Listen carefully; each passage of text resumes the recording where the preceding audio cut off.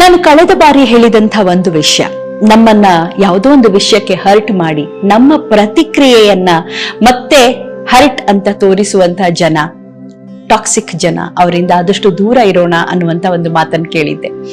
ಆಗ ಅನೇಕರು ನನಗೆ ಪ್ರತಿಸ್ಪಂದಿಸಿ, ಅಂಥವ್ರು ನನ್ನ ಗಂಡ ಆಗಿದ್ದಾರೆ, ನನ್ನ ಬಾಯ್ ಫ್ರೆಂಡ್ ಆಗಿದ್ದಾರೆ, ಅಥವಾ ತಂದೆ ಆಗಿದ್ದಾರೆ, ಇಂಥವ್ರನ್ನ ಬಿಟ್ಟು ಹೇಗೆ ದೂರ ಇರೋದು, ಇಂಥ ಸಂಬಂಧಗಳಲ್ಲಿ ನಾವಾಗ್ಲೇ ಬಹಳ ಡೀಪ್ ಆಗಿ ಇನ್ವಾಲ್ವ್ ಆಗಿದ್ದೇವೆ, ಈಗ ನಾವ್ ಏನ್ ಮಾಡ್ಬೇಕು ಅನ್ನುವಂಥ ಒಂದು ಮಾತನ್ನ ಕೂಡ ಕೇಳಿದ್ರಿ.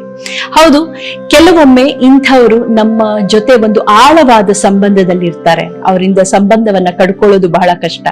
ಆದ್ರೆ ಅಂಥವರಿಂದ ಮಾನಸಿಕವಾಗಿ ನಾವು ಕಟ್ ಆಫ್ ಆಗೋದಕ್ಕೆ ಸಾಧ್ಯ ಇದೆ. ಅವರನ್ನ ನಾವ್ ಎಷ್ಟು ಹಚ್ಕೊಂಡಿರ್ತೀವಿ ಅಥವಾ ಅಡಿಕ್ಟ್ ಆಗಿರ್ತೀವಿ ಅಂದ್ರೆ ಅವ್ರು ಹೇಳೋ ಒಂದೊಂದು ಮಾತು ಕೂಡ ನಮ್ಮ ಮೇಲೆ ಬಹಳ ಪರಿಣಾಮ ಬೀರುವಂತ ಸಾಧ್ಯತೆ ಇದೆ. ಅವ್ರು ಒಂದು ನಮ್ಮನ್ನ ಅಂದ್ಬಿಟ್ರೆ ಇಡೀ ದಿನ ನಮ್ಮ ಮೂಡ್ ಹಾಳಾಗುತ್ತೆ.